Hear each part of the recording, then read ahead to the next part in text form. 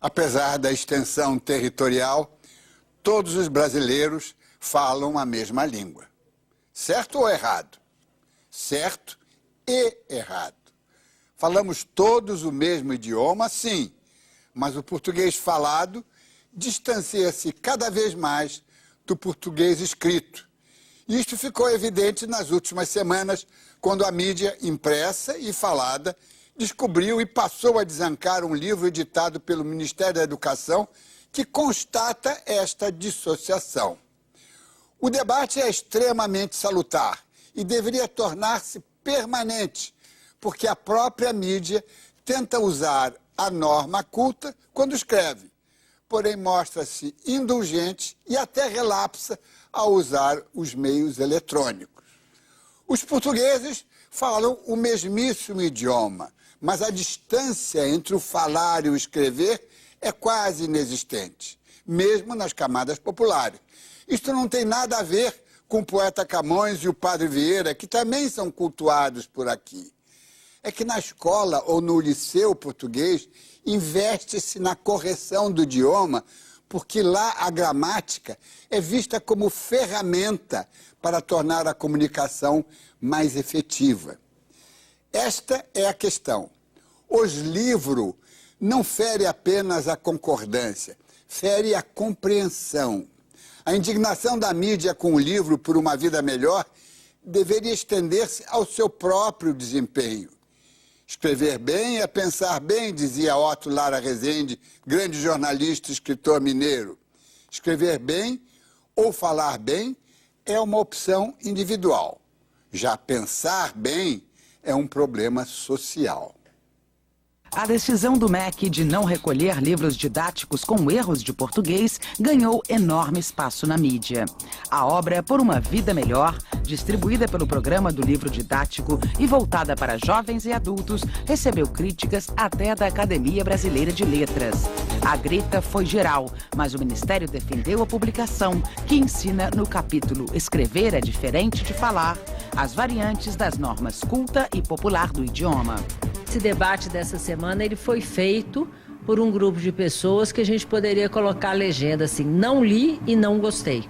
Porque quando as pessoas começaram a ler o livro, elas então começaram a entender que o livro não defende que se fale errado, mas o livro explica que existe uma forma coloquial, ali daquela comunidade, daquela cultura de se falar, e que existem outras formas. E aí o livro conduz o aluno, que é um jovem ou um adulto, a refletir sobre a sua forma de falar, sem humilhar, sem excluir, sem discriminar, mas mostrando que existem outras formas de falar. O que causou estranhamento foi que nós dissemos em um trecho do livro que num trecho dentro de um capítulo que trata de concordância, né, concordância nominal e verbal, dentro de acordo com as normas que regem a língua culta, ou a língua padrão, ou a norma de prestígio, né, como queira. Seguindo esse estudo, dentro do capítulo, num aspecto, um trechinho, nós dissemos que nem sempre na linguagem popular, falada, essa concordância é observada na sua totalidade. Então, no trecho diz assim, então se eu disser, eu posso falar os livros?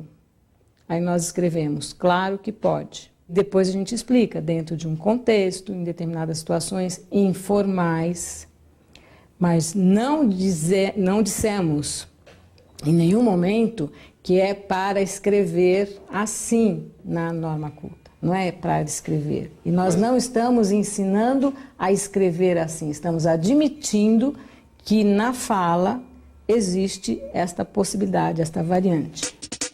A polêmica se propagou por todos os setores. Educadores, poetas, linguistas e escritores também se pronunciaram. Do ponto de vista gramatical, primeiro temos que dizer o seguinte, todos nós cometemos erros. Inclusive os jornalistas, todos que estão escrevendo sobre isso aí, sabem disso. Os jornais fazem as suas correções diárias sobre isso. existe um cinismo na nossa cultura que diz uma coisa e diz outra ao mesmo tempo. Nós temos a dificuldade de juntar ou articular o que é norma e o que é exceção. Na cultura contemporânea, a exceção virou a norma. A ruptura virou a norma. E isso, claro, que acontece na gramática também. Existe uma cultura oral e uma cultura escrita. Em todas as culturas. Aqui, a separação é mais gritante. O que me parece é que esse livro está tratando disso, mostrando as duas vertentes. Agora, claro que qualquer professor, essa professora mesmo, pelas entrevistas que eu vi dela, ela diz que ela ensina a norma culta. Apenas está dizendo para os alunos que existe uma outra variante que é oral. Aliás, no texto de uma entrevista dela, ela dá como exemplo isso, ela diz, se eu falar, não é escrever, que tem uma diferença muito grande. Então, existe um sistema, existe uma ordem na sociedade. Todo esse papo de que não há ordem, não há limite, não há fronteiras, não há regras, é um papo da moderna contemporaneidade que deixa as pessoas confusas. O linguista estuda a língua como a língua funciona naquela região, naquele meio social, naquele momento histórico, etc. Já o professor de português, não. O professor de português estuda a língua na sua produção ou na sua norma culta. No Brasil, o ensino de português nunca foi ensino da língua portuguesa, no sentido linguístico da palavra, mas era o ensino da norma culta portuguesa. O usuário não da norma culta, o usuário, mostrar a ele que a língua falada por ele tem, digamos assim, tanta dignidade, tanta expressividade, tanto valor quanto qualquer outra língua. Não é necessariamente inferior à norma culta, tem seu valor como língua também. Mas só que isso confunde as coisas, porque o debate é em torno do ensino, que, na minha opinião, deve prevalecer, da norma culta. Agora, não apenas como privilégio de alguns, como tem sido até hoje, mas que a norma culta seja acessível e compreensível e utilizável por todos os brasileiros, que continuarão a falar seus outros dialetos numa boa. A linguagem que se põe no livro tem que ser uma linguagem correta. A gente hoje não vive mais de acordo com padrões linguísticos absolutamente rígidos. Entretanto, deve-se falar com correção, por um motivo muito simples. Quanto mais correta a linguagem, mais ela traduzirá o pensamento e mais ela efetivará a comunicação. Se nós começarmos a esparramar um linguajar diferente, nós teremos uma outra língua. A imprensa que alardeou o fato também não escapou das críticas.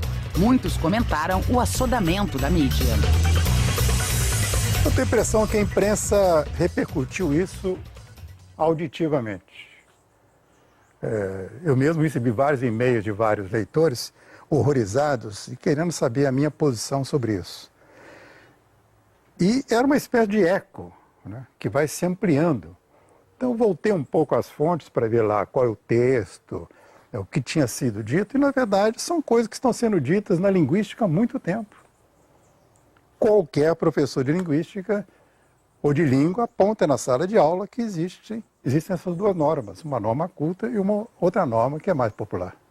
A imprensa ficou apenas no momento em que ela faz a confusão entre o linguista e o professor de português.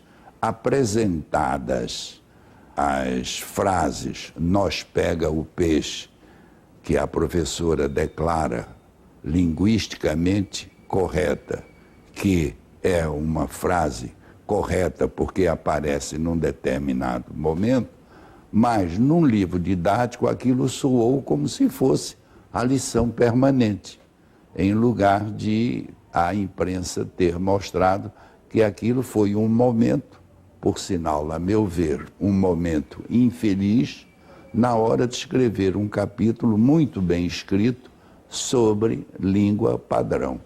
posso afirmar que houve um desconhecimento, e aí acho que é um jornalismo mais frágil, porque eu só posso fazer um debate ou fazer um editorial de um jornal de TV, né? Feito, eu assisti alguns, dizendo o Ministério quer que todos os brasileiros falem errado, né? Quando a gente sabe que aquele jornalista tão enfático não leu o livro,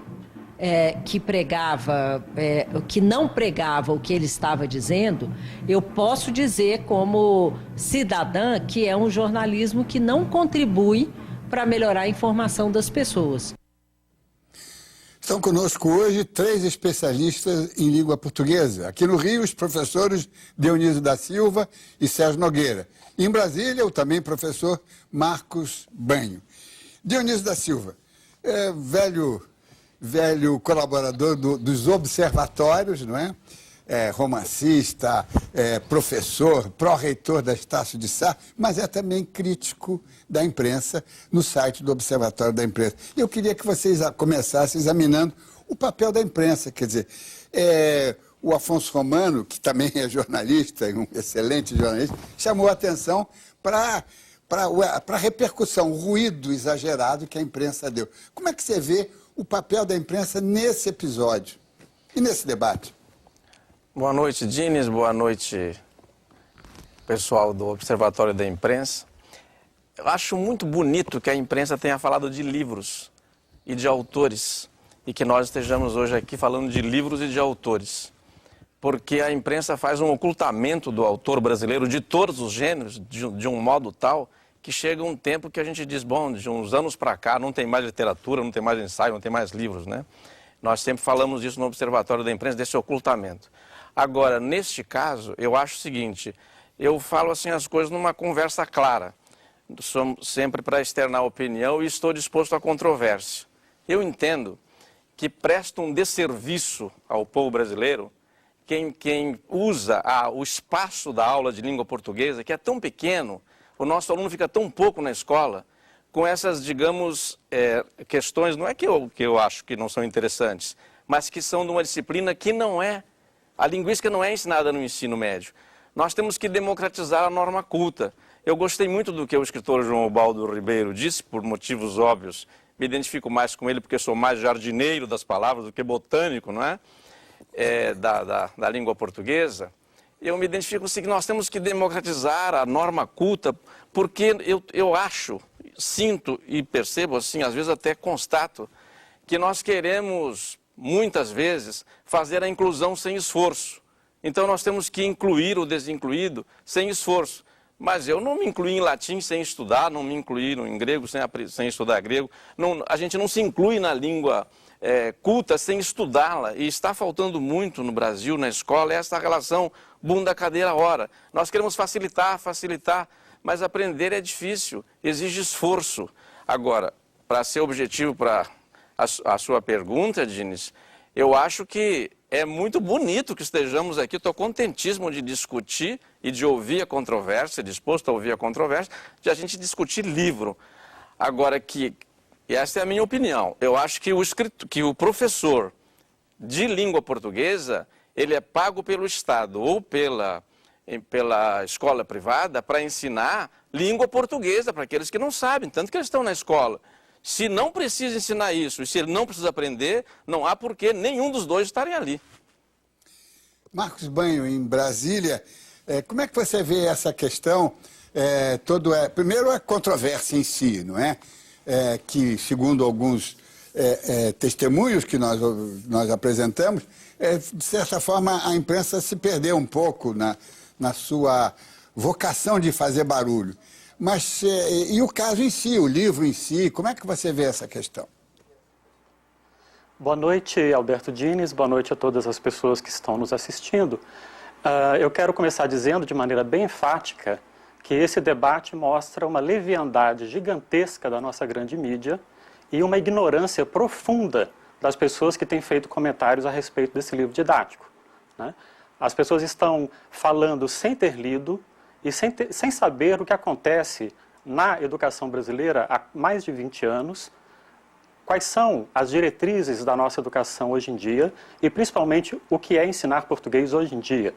Então, as pessoas estão ainda no século XIX, fazendo comentários do século XVIII, enquanto a educação brasileira, o Ministério da Educação, os livros didáticos já estão no século XXI.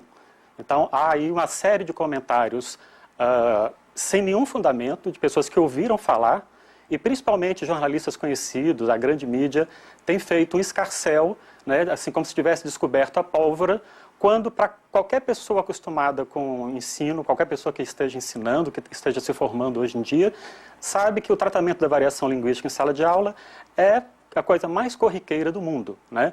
As pessoas me perguntam, você conhece algum outro livro que trata disso? E eu respondo, todos os livros de língua portuguesa disponíveis hoje no mercado brasileiro apresentam pelo menos um capítulo, uma lição, um módulo sobre variação linguística. Então, não há surpresa para ninguém, a não ser para uma mídia que é profundamente ignorante e desinformada.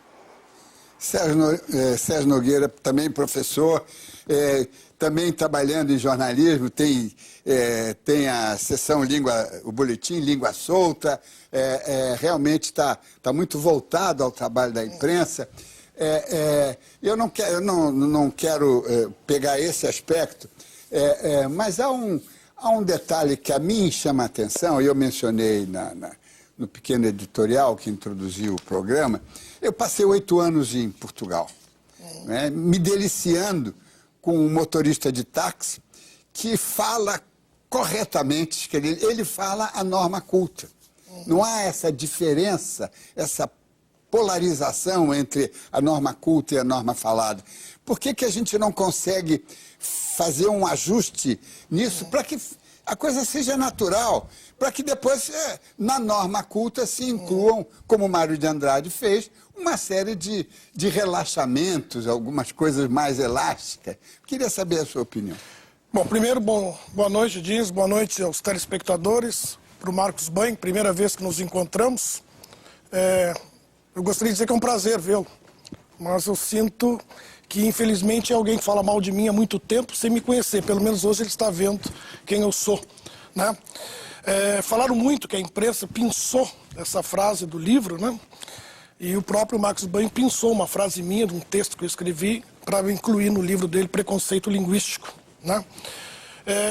Lutar contra o preconceito é obrigação de qualquer educador, seja ele professor de português, de história, geografia, religião, o que for. Portanto, nesse ponto, o doutor Marcos Banho tem toda a razão do mundo. Isso eu sempre defendi, sempre fui a favor e concordo. Vários livros didáticos fazem isso. Este foi, digamos, o mais ousado. O medo que eu tenho é que isto possa ser mal aproveitado se não houver o devido treinamento dos nossos professores. Pode haver uma acomodação e é esse o temor que nós temos. Eu, como professor, não como jornalista, já que não sou. O trabalho que eu faço com o jornalismo é exatamente tentar, digamos assim, manter essa unidade linguística, perfeito? Já que nós hoje conseguimos um nordestino se comunicar com o gaúcho da fronteira. Isso é ruim? Isso é ótimo.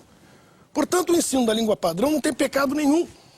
Eu não vejo pecado nisso. Eu não sei por que essa agressividade, que muitas vezes existe, contra aqueles que tentam, de alguma forma, manter essa língua padrão o mais próximo possível da fala. É óbvio que nós temos variantes sociais, culturais, regionais, todas válidas, todas merecem respeito. Agora, por que não ensinar a língua padrão?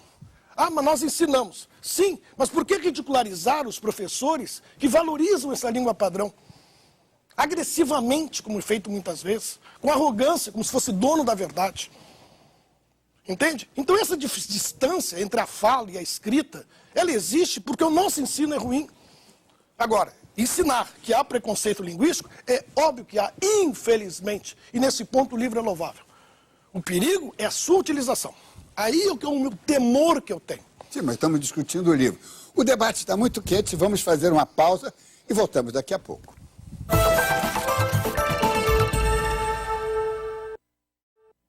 O Observatório da Imprensa está de volta no programa de hoje, a mídia e a língua portuguesa, falada e escrita.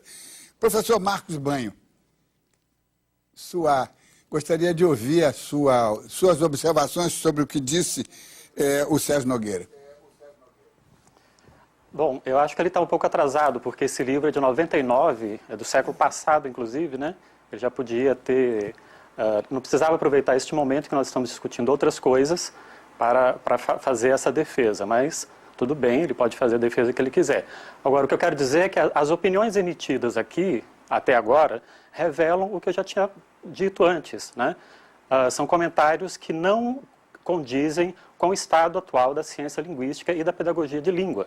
Então, essa história de dizer que em Portugal, por exemplo, Dines, o motorista de táxi fala norma culta, primeiro, em Portugal se fala uma língua diferente da nossa. A nossa só se chama português por razões históricas, mas 500 anos depois, o português brasileiro já é muito diferente do português europeu. E uma outra coisa também, um outro comentário que é uma pura superstição, né? 2, primeiro, não existe esse abismo entre língua falada e língua escrita, elas são muito mais híbridas e elas se interrelacionam muito mais do que as pessoas pensam. E em qualquer língua do mundo existe uma distância entre a norma padronizada, codificada e aquilo que as pessoas realmente falam e escrevem. Você veja, por exemplo, Dines, que em Portugal é perfeitamente correto dizer a gente fomos, a gente queremos. Né? Existem milhares de horas gravadas de portugueses falando em que aparece essa construção, que no Brasil é tremendamente condenada. Né? Então nós temos que separar as coisas. O português brasileiro é uma coisa, né? Nós já estamos produzindo gramáticas excelentes da nossa língua, mostrando como é a nossa língua de verdade, inclusive a nossa língua culta, que as pessoas ainda acham que é aquele padrão com que essa de Queiroz escreveu no século XIX, não é nada disso. Né? Existe um português brasileiro culto contemporâneo, que é muito diferente do que vem pregado nas gramáticas normativas. Né? Este é o verdadeiro abismo. Né? Existe uma língua brasileira, um português brasileiro culto contemporâneo, e, no entanto, as gramáticas normativas ainda se prendem a uma língua literária muito ultrapassada, pré-modernista. Né? Então, o debate, para ter um mínimo de nível, ele tem que ter um mínimo de conhecimento de causa. E é isso que a gente não viu na mídia, as pessoas falando da boca para fora, sem ter lido o livro, sem saber que essas coisas acontecem no Brasil há mais de 20 anos, que isso não é invenção dos petistas. Na verdade, esse tratamento da variação linguística já começou no primeiro governo do Fernando Henrique Cardoso, com os parâmetros curriculares nacionais publicados em 97. Então, volto a dizer, ignorância profunda. Né? As pessoas não leram o livro, eu acho que 111% dos comentários que foram feitos na mídia, na internet, revelam cabalmente que as pessoas não leram, né?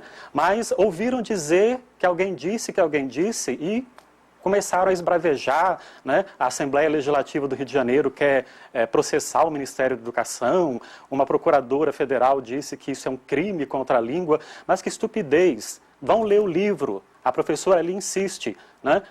Isso existe, é um fato. A gente não pode negar os fatos que existem. Né? Eu não vou dizer que as baratas não existem porque elas são feias e nojentas. Elas existem. Né? Assim como existem muitas línguas faladas no Brasil. Né? O Brasil é um dos maiores centros de multiplicidade linguística. Nós temos mais de 190 línguas faladas no nosso território.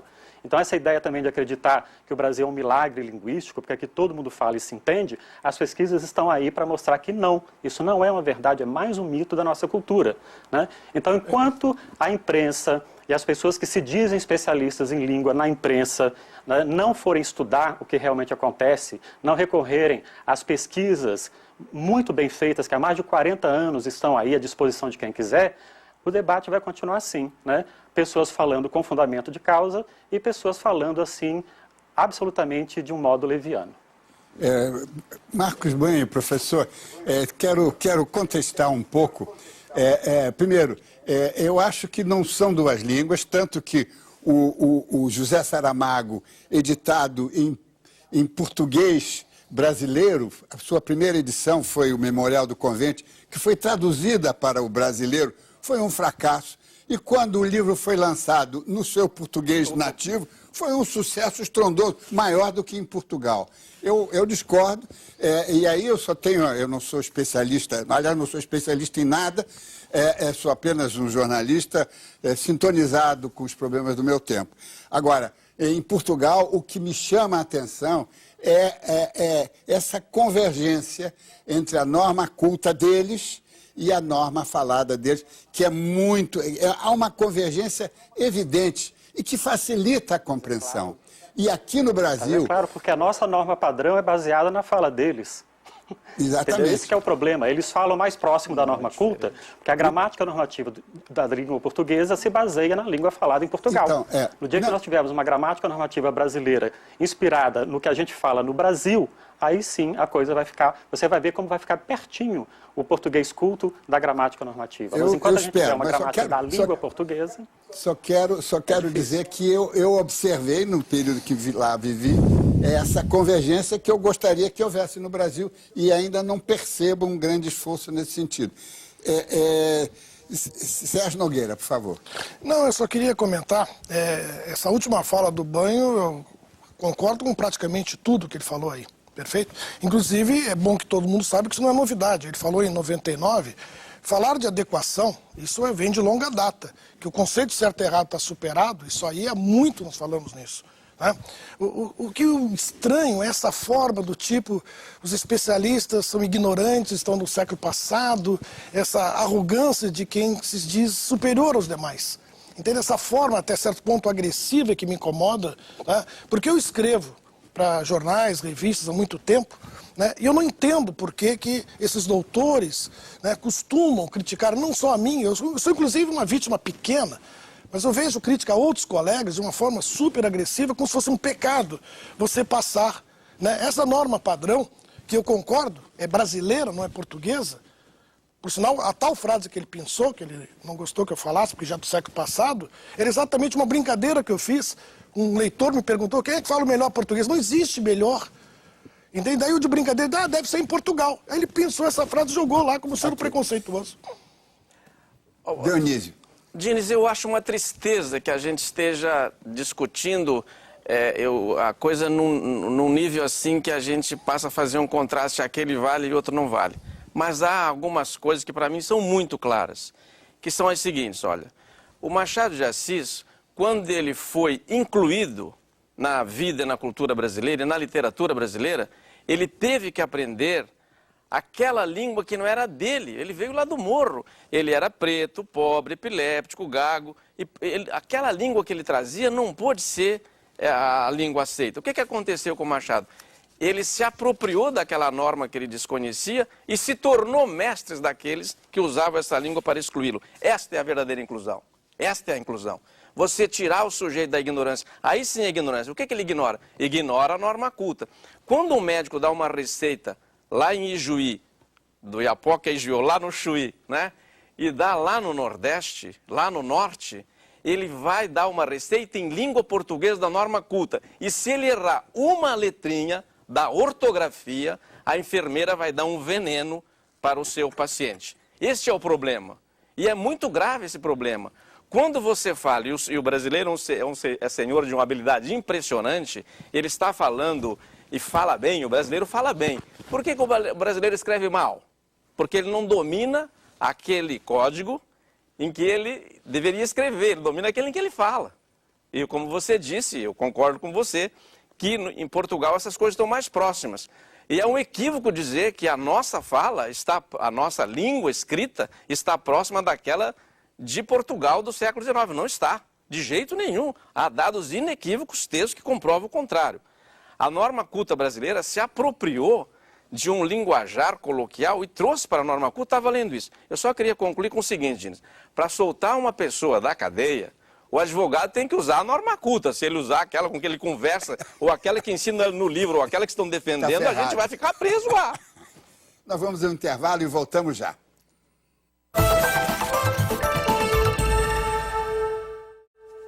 Estamos de volta no Observatório da Imprensa de hoje, o debate na mídia sobre a polêmica gerada pelo livro de português adotado pelo MEC, que discute as normas cultas e populares da nossa língua. E, professor Marcos Banho, tem aqui uma pergunta de um telespectador, que nós temos que ouvir os telespectadores, porque eles também participam desse debate, ele pergunta... Vocês concordam com o dito que os professores fingem que ensinam e os alunos fingem que aprendem? A pergunta foi enviada por Ginaldo Ferreira da Silva, de Vitória, Espírito Santo. Eu não acredito nesse dito, porque as pessoas que se dedicam ao ensino poderiam estar empregadas em muitas outras coisas, mas optam por continuar no ensino porque têm amor pela causa, porque gostam da coisa, né? Qualquer professora, o professor de ensino público brasileiro, fundamental ou médio, se fosse trabalhar como balconista de uma farmácia, ia ganhar mais do que como professor, mas, no entanto, continua ali porque acredita nessa causa. Então, essa história de que os professores fingem que ensinam, os alunos fingem que aprendem, eu acho que é mais um desses mitos que a classe média alta inventou para poder se divertir em conversinhas de salão. Isso não é verdade. Sérgio Nogueira, mudando agora um pouco, como é que você vê daqui para frente esse debate? O que nós podemos fazer para que não haja essa excitação, isso passe a ser uma coisa natural, não é? Eu vejo com muito bons olhos, eu sou otimista, sempre fui. Né? Eu acho que isso vai incentivar ainda mais, né, a preocupação que nós devemos ter, né? Eu discordo um pouquinho do Dionísio quando se diz que temos que ensinar só a língua portuguesa. Eu acho que a linguística tem que chegar às escolas também. Eu acho que não faz mal nenhum. Esse conceito da adequação... Sim, mas aí já numa fase superior... Eu acho que desde essa primeira frase, eu acho que você ensinar que existem variantes linguísticas, não só sociais e culturais, mas também regionais, ensinar que o regionalismo, o gauchês, o carioquês, são todos válidos e têm o seu devido momento. Eu gosto muito de uma imagem que, se não me engano, o nosso mestre acadêmico, Evanildo Bechara, tem o hábito de dizer, né, que hoje nós temos que ser poliglotas dentro da língua portuguesa, conhecer todas as nossas variantes linguísticas devido à nossa riqueza. Tá? Então eu vejo isso com bons olhos, eu acho que isso é bom. Temos só que haja uma má condução. Né, que infelizmente, né, concordo com o que o Dr. Banho falou sobre os professores, essa história do finge. Eu me incomodo muito quando vejo falando mal de professor. Eu vivi a vida inteira, sou feliz por ser professor, nunca mudei o meu nome para mestre, doutor, eu sempre fui professor, até hoje. Às vezes, você não quer botar consultor? Por que se eu sou professor? Eu tenho orgulho de ser professor, entende? Trabalhei mais de 40 anos em sala de aula, gosto do que faço. Cometo meus enganos lá, tudo bem, acho que todos nós cometemos, mas o professor tem que ser exaltado sempre, principalmente pelo que eu disse, ganha uma titica, para não dizer coisa pior, entende? Está lá, é óbvio, tem uns fracos e outros, então eu não gosto de que o professor seja ofendido, agredido, seja ele qual for. Eu acho que ele merece muito respeito. E esse debate, mais uma vez, vai enriquecer, né, para discussão, para até melhorar o nosso ensino, como um todo, não apenas na língua portuguesa. Dionísio, você está querendo aqui falar há muito tempo e eu não estou lhe dando chance? Não, mas você faz bem em disciplinar. Eu sou falador. Eu queria dizer o seguinte, que é bom que a gente vá para a imprensa criticar, porque a outra saída era a gente ir no Ministério Público e denunciar. E a outra seria fazer um boletim de ocorrência e dizer o seguinte, olha, eu matriculei o meu filho naquela escola para ele aprender a língua portuguesa. E o professor está dizendo que pode ser assim, pode ser assado, uma coisa que ele não tem discernimento, porque para cada idade, para cada faixa de estudos tem o conteúdo adequado, não é? Então, eu acho que é bom que a gente venha para a imprensa e discuta, e venha a público. É dessa conversa clara que vai nascer o trato justo. E a função da imprensa é essa. Mediar, não é? Isso, mediar o debate. Agora, eu acho muito grave, eu digo assim, meio de brincadeira, porque umas coisas a gente escreve e outras diz de brincadeira. Se um professor desse ensinasse minha única filha a escrever desse modo, ela não teria chegado onde chegou, lógico que não. E eu vou ilustrar com um pequeno exemplo, que aliás é nacional. Os grandes textos, as referências solares de escrever bem na mídia brasileira estão envelhecendo. E nas escolas também. O Brasil, apesar... Eu não sou desse sujeito que pensa assim, quanto pior melhor, eu sou contra tudo, eu quero que caia. Eu respeito muito o ministro Fernando Haddad. Eu acho que ele vem para a rádio, inclusive no caso desse livro, mesmo discordando dele, eu senti uma coragem. Olha, o entrevistador inclusive apertava. O Brasil está em último lugar em matemática, nas classificações internacionais, no domínio, na competência de entender a língua portuguesa. Eles, pois mas nós estamos melhorando. Primeiro a gente nem fazia estatística. Agora já estamos fazendo, a gente andou 2 pontos, andou 3 pontos, a gente está andando, está melhorando. Eu respeito muito o trabalho, né, o trabalho que tem que se fazer. Agora, Dines, eu acho que a gente tem que dar nome aos bois, né? E eu não chamo os outros de ignorantes. Ignorante, a gente é numa porção de coisas. Por exemplo, quem não leu nenhum romance meu, ignora os meus romances. Vou agora penalizá-lo, vou culpá-lo? Não, não é isso. O que eu quero, por fim, para concluir aqui nessa intervenção, é o seguinte. Os professores são pagos pelo Estado ou pela escola privada para ensinar esta norma culta e democratizá-la. Porque é com ela que você pensa, é com ela que você defende a liberdade, é com ela que você ama e vive e tal. Se torna compreensível. E se torna compreensível. Como é que você vai inventar, como é que você vai fazer tecnologia, você vai fazer ciência sem essa língua, com essa lógica interna, com essa organização? Agora, uma prova de que vai mal esse tipo de estudo, já que os professores que defendem esse outro lado, entre os... eu não quero citar nomes, não é o caso, porque não se pode fulanizar uma discussão dessa. Pois é, esse é o perigo. Esse é o perigo. Eu não estou contra ninguém, por exemplo. Eu admiro o professor de todos, porque se dedicam. Eu gostei muito do professor que lembrou. Os professores não fingem que ensinam, não. Eles têm um lado sacerdotal na docência, não é?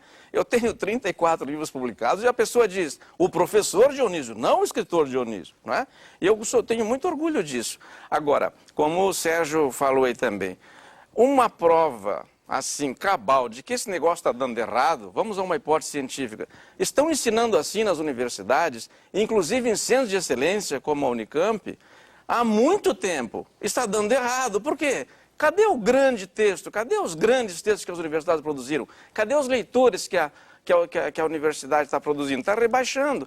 Concluo de vez, essas pessoas que estão aparecendo mais como defensores da linguística não são os linguistas que eu respeito. Tá. Professor Marcos Banho, aqui disse o Dionísio uma coisa que me leva de volta ao comentário que eu fiz no início do programa sobre um famoso dito do Otto Lara Rezende, mestre da minha geração de jornalistas, uma grande figura, um grande prosador, um grande escritor, um grande jornalista, e ele dizia que escrever bem é pensar bem. Não é? Quer dizer, não adianta, isso tem a ver com esses trabalhos. Eu recebo teses de doutorado na minha área, não é? E às vezes fico abismado porque não entendi. São mal escritas mesmo. Não entendi. Como é que se pode realmente fazer com que se pense melhor na universidade? Bom, tem muitas coisas aí para a gente discutir, né? Infelizmente, o programa não vai ser suficiente para isso, né? Mas eu volto a discordar, né? Porque os comentários que têm havido mostram também que as pessoas não estão acompanhando de fato o que se faz na universidade, né? A respeito do que disse o Dionísio da Silva, né? A pessoa que for tentar processar o MEC ou a editora ou a autora por causa disso, vai levar uma paulada jurídica, porque o livro tem 150 páginas e 3 linhas comentando rapidamente a questão da variação linguística, né? Porque, volto a dizer, todos os livros didáticos fazem isso e como uma espécie de porta de entrada para a pessoa se sentir mais predisposta a aprender essa famosa norma culta que ninguém sabe exatamente o que é, né? As pessoas ficam aí esbravejando em nome da norma culta, mas elas mesmas não sabem definir o que seja isso, né? Até porque norma culta para o pesquisador tem um significado e para as pessoas em geral tem outro, né? Que na verdade são vários e que não tem nenhuma fundamentação. A questão do debate eu acho importante, né? Mas o debate tem que ser feito entre as pessoas que entendem do riscado. Se eu estiver numa sala com pessoas comentando sobre física quântica, eu vou ficar quietinho no meu canto, né? Então, as pessoas têm direito de falar sobre a língua? Claro que tem, né? A língua faz parte da nossa identidade, da nossa cultura, então todo mundo pode falar da língua. Agora, querer que a sua fala sobre a língua tenha alguma receptividade, alguma aceitabilidade, é muito complicado. Se a pessoa não estudou para isso, se ela não tem formação para isso, né? Então, por exemplo, entre os 40 membros da Academia Brasileira de Letras e os 4.000 membros da Associação Brasileira de Linguística, eu, por alguma razão, prefiro ficar com os 4.000 membros da Associação Brasileira de Linguística, que já emitiu uma nota falando que esse debate está muito mal conduzido porque a mídia não tem noção nenhuma do que acontece de fato na ciência linguística moderna, né? E também quero aproveitar para dizer ao professor Dionísio que ninguém está ensinando linguística na escola. Se ele acha isso, é porque ele realmente está por fora do que está acontecendo no ensino de língua hoje no Brasil. Marcos Banho, eu vou interromper porque tem uma pergunta de um telespectador que eu acho importante, que torna mais atual o debate, é sobre a internet. E eu dirijo essa pergunta da Luísa Pinho, de Natal, do Rio Grande do Norte, para Sérgio Nogueira. A internet está empobrecendo nossa língua? Toda novidade só enriquece, até o internetês. O internetês tem o seu momento, como tem as variantes linguísticas. Cabe aos professores, com devido conhecimento, sensibilidade e educação, passar isso para os seus alunos. Ou seja, que ao momento do internetês, ao momento da abreviação, ao momento que se aceita inclusive o desvio da norma, e há momentos em que ele vai ter que botar gravata, não vai poder ficar de bermuda e chinelinho o resto da vida. Bechara nos diz isso, apesar de ele não gostar muito dos acadêmicos, entendeu? Mas eu o respeito muito, exatamente por tudo que ele sabe, ele diz isso, que a adequação da linguagem, Bechara já nos ensina isso há muito tempo, embora ele seja dos normativos antigos o mais atualizado. Mas, Dionísio, apesar disso, de novo, o José Saramago, pouco antes de morrer, referindo-se ao Twitter, disse que depois do Twitter, o grunhido. Ia para a caverna, né? Olha, Dionísio, o professor Marcos Magno me citou, eu queria dizer prazer em conhecê-lo, porque eu acho que... Marcos Banho. Eu disse o quê? Magno. Uma letrinha aí, não é Magno, ficou quase melhor.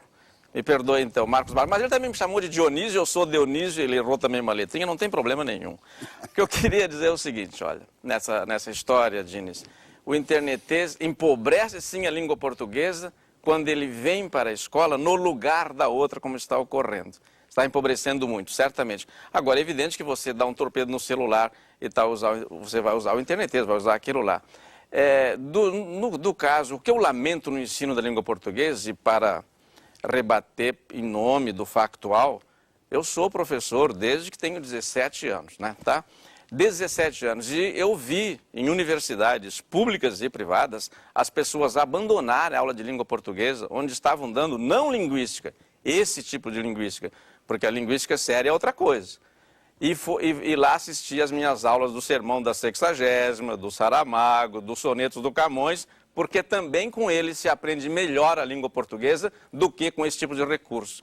Então, a hipótese é, de novo, como é que você ensina a língua portuguesa? E certamente tem lugar o saber da linguística, mas, como disse o professor Marcos Magno, e eu acho que estou de acordo com ele nisso, esses debates são muito rápidos e as questões são muito complexas. Vamos fazer um outro. Chegamos ao final do programa e quero agradecer a presença dos professores Dionísio da Silva, Sérgio Nogueira e Marcos Banho. E lembre-se, acompanhando o Observatório da Imprensa pela internet, pela TV ou pelo rádio, você nunca mais vai ler jornal do mesmo jeito. Boa noite.